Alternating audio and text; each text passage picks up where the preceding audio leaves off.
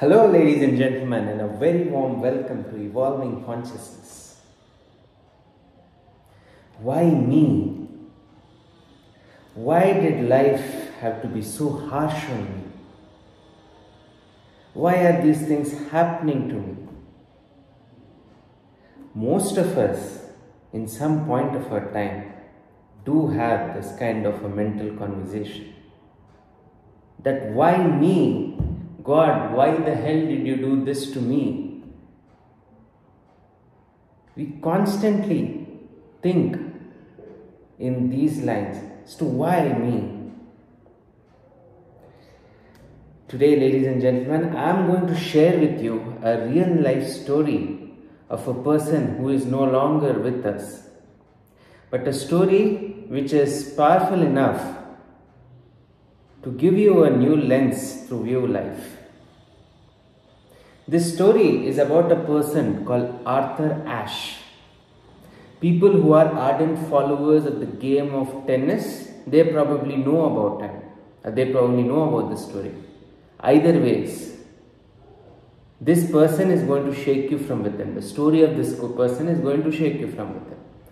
Now, Arthur Ashe was an African, and he came from very downtrodden family. He came from a very not so good family from a financial standpoint, but Arthur had a genuine passion for tennis, and his passion and his commitment towards the game was such that he ended up becoming the first Afro-American to have ever won 3 Grand Slams. The title of 3 Grand Slams. Now, what is so great about this personality? You might be thinking that, okay, great, he might be a great sports person. So what about him? Now, the story actually begins. Arthur Ashe had a heart condition. He was diagnosed with a particular heart condition which led to a bypass surgery when he was at the age 36. When he was close to 36 years of age, he was diagnosed with a heart condition which led to his bypass surgery. And during the surgery, a medical mishap happened with him. During the process of blood transfusion, because in those days the technology of the medicine, the way the surgical procedures were carried out was not that fine-tuned and not that precise.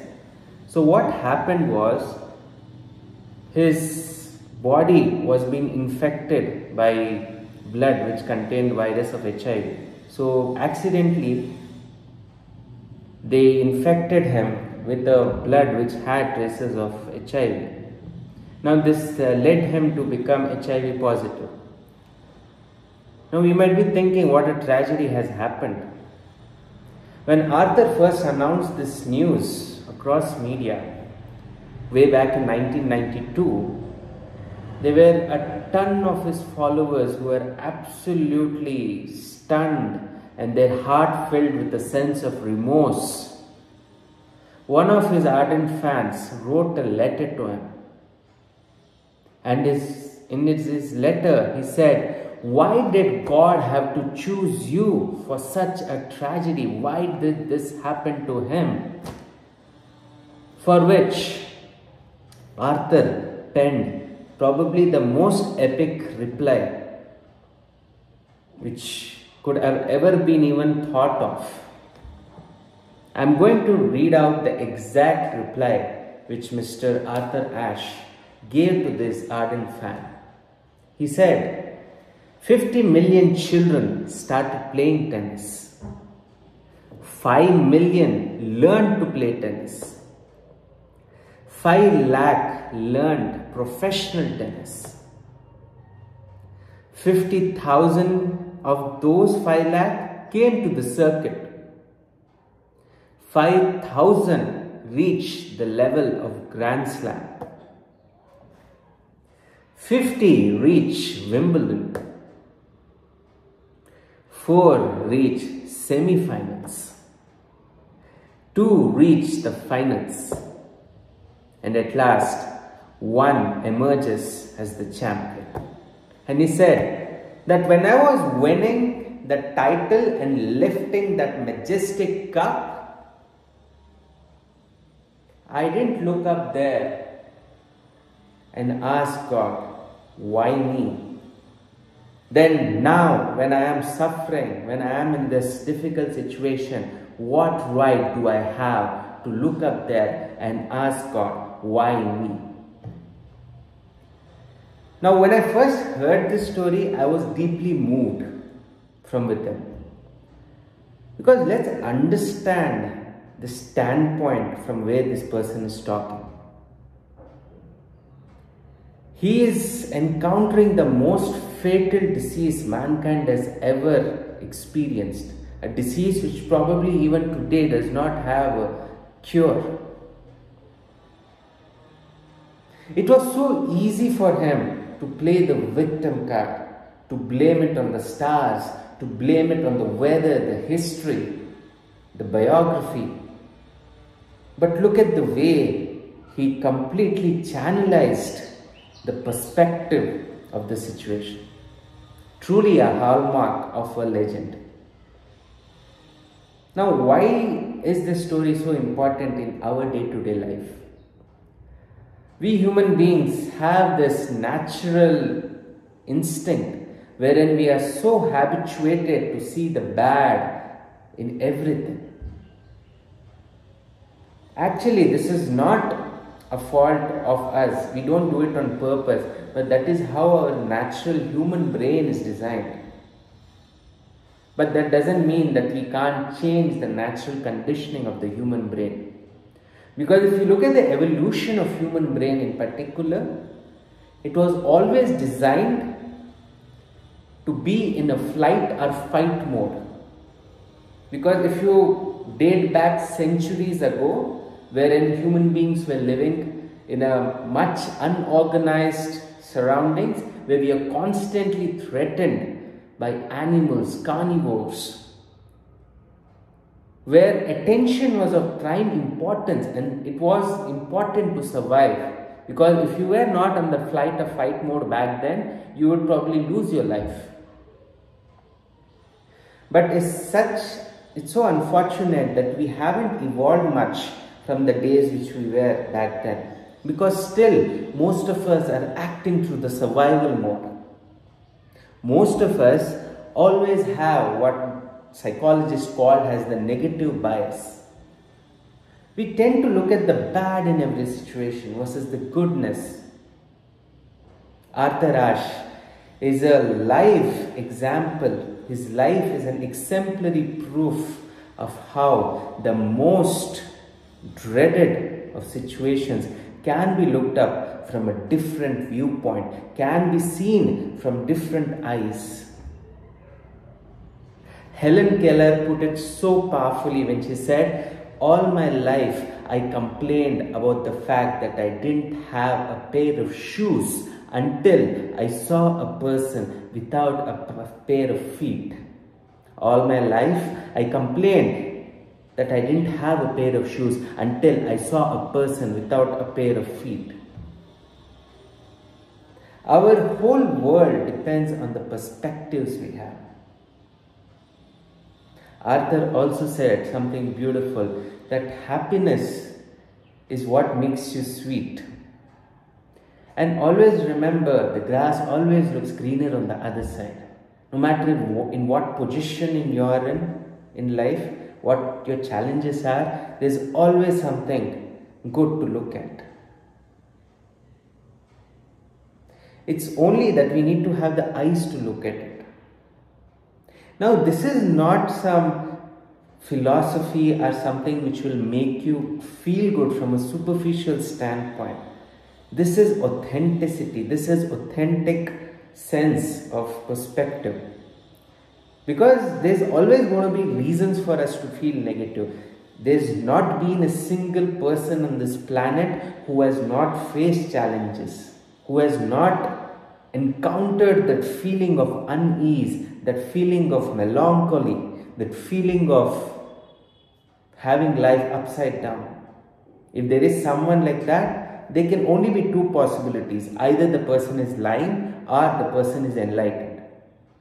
There is no third option. People who say that they had an absolutely brilliant life, that is not possible, because when you are in this world, there are going to be challenges. You are going to be put down. Life is going to turn all its kinds of topsy-turvy games on you. And things are not always going to happen the way you want them to happen.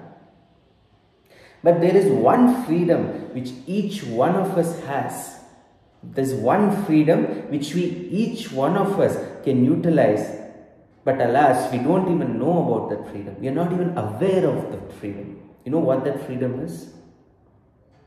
The freedom of how I feel within is completely mine, no matter what the circumstances. How I am going to feel at a certain point of time is my responsibility. Now, sometimes we might feel these kind of thoughts are, this kind of philosophy to be extremely impractical. You might say that we are going through a lot in life and we probably can't be good, or maybe we cannot feel great. Nothing is easy in life, You need to train your brain to think in a certain direction, to have a certain perspective. Because let's remember, we are all a work in progress. We are enrolled in this growth school.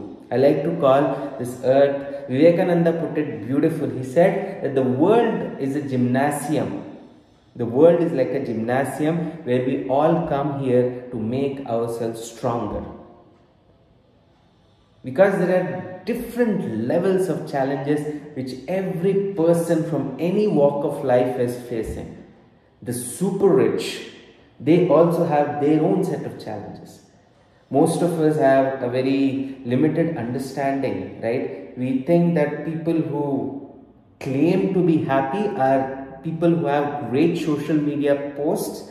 Those are the people who are the most happy.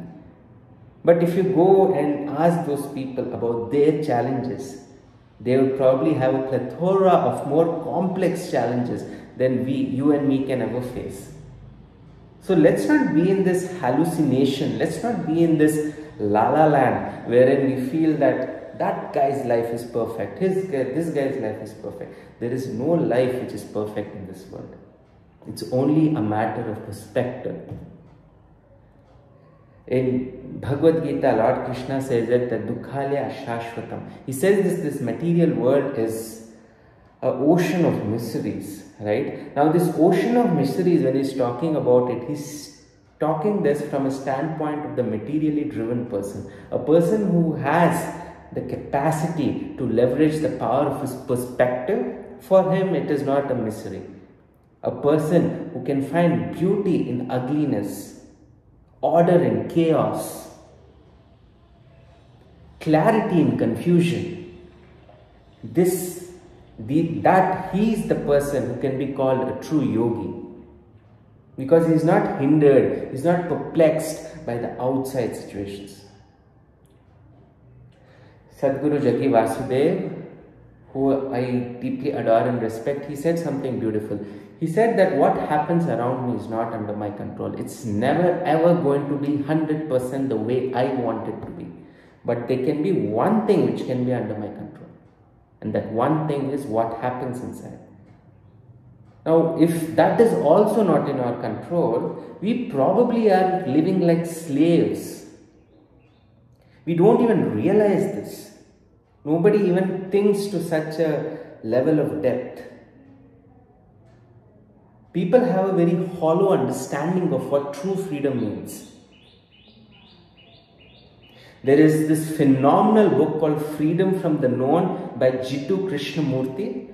Jiddu Krishnamurti, right? He is one of the most intellectual persons you can ever go through. I mean, the body of his work is mind-boggling. It is highly intellectual. People who like to relish intellectual content, books and work which challenge your thinking potential, I will highly recommend you to read, to go through the works of Jiddu Krishnamurti. There's a book called Freedom from the Known, and that book is so deep and so mind-boggling that it can completely strip the schools of thought which you have. It can completely strip your schools of thought naked. All the layers of conditioning which you have been accumulated. And you'll be forced to think in new ways, through new dimensions. You'll be forced to think through new realms. Hence, it is essential that we understand what true freedom is. True freedom is when a person is not affected from what happens on the outside. He's the master of his own thoughts, emotions, feelings. The freedom which people call as freedom, they only have a very rudimentary understanding of what true freedom is. For them, freedom is when if they are able to go anywhere at any point of time, that is freedom. But that's not freedom. True freedom has very deep connotation, deep understanding. True freedom is the freedom of the mind, which is absolutely independent of what's happening on the outside. The stature of freedom I am referring to is something which is deeply intellectual, the freedom of the mind. Now look at the irony of life. To get this kind of a freedom of the mind where you are absolutely not affected by what's happening, you need to restrain yourself. And let's understand a subtler element here. When we talk about having absolute freedom can only come from true discipline. I want to give you the analogy of a kite. When we fly a kite, right? So what happens when we fly a kite? We let it go, but we restrain it. We have that control over the kite. Because of that control, that kite is able to move at a dedicated place. It's able to move in a confined trajectory. Now if you let it free, it will roam around for some time and it will just crash land. This is what happens when we have a very superficial and rudimentary understanding of freedom. True freedom is when it is navigated through a strong sense of purposeful discipline, where it is being maneuvered through a proper purpose and it is being given a direction. Now, why did we talk about freedom of the mind? Because often, as I mentioned, right, we human beings are slave to the outside situations. Now, when we are, something good happens, we feel like a balloon, something bad happens, we are down. So this constant zigzag motion, like a heartbeat, is something which is considered natural, normal. True, it is natural, normal, but we do have that capacity, we do have the capability to hone our perspective skills, to hone our capacity to view situations in a much deeper light, in a much holistic perspective, through a refined perspective, a perspective which will serve us rather than a perspective which will perish us, right? I think Arthur Ashe's story is a great starting point for someone who wants to refine his perspective. Whenever we face challenges, we become so remorse, we become so much consumed by our repetitive thoughts, and we feel justified. Most of us are so addicted to victimhood that we almost enjoy victimhood. We blame the circumstances, we blame the weather, the atmosphere, the history, the biography. But what we fail to understand is that it's me who is labeling the situation the way I labeled. If I wanted, I could have chosen a different narrative, a different alternative way of looking at the same situation. But no, I chose the convenient way. I chose the way which was easy for me. And easy is always going to be not so good for us. Now, it was so easy for Arthur Ashe to play the victim, to go into deep depression, and he could have that sympathy from people, but no, he didn't. He didn't want to have that sympathy. In fact, he inspired people with his iconic reply, which even today, even after 3 decades of his sad demise, people can read and relish. So folks, whenever you come across a situation in your life where you ask the universe, the God, why me? Immediately replace that thought by telling universe or God, instead of why me, tell the universe, try me. And try to see what is the learning, what is the thing for you which you can help in the own evolution, which can help you in your own evolution. Build a positive perspective out of the most seeming negative situation, because this is going to serve you in the long term, and you're going to experience true freedom, not the freedom which is being propagated, but the freedom of the mind, freedom from the known, which Jiddu Krishnamurti talks about. Hope this video was eye-opening to you. Hope this video inspired you to view life through a fresh perspective. Thank you so much, and I will meet you in the next video. If you really enjoyed the genre, if you really enjoyed the video, don't forget to like the video, share the video, and if you really love the kind of content I'm sharing, don't forget to subscribe to the channel. Also, please do give me your candid feedback as to what are the good things in the video, what are certain areas which have a scope of improvement. I'm really happy, and I'll be greatly thankful to you if you can share your candid feedback with me. Thank you so much, and meet you in the next video.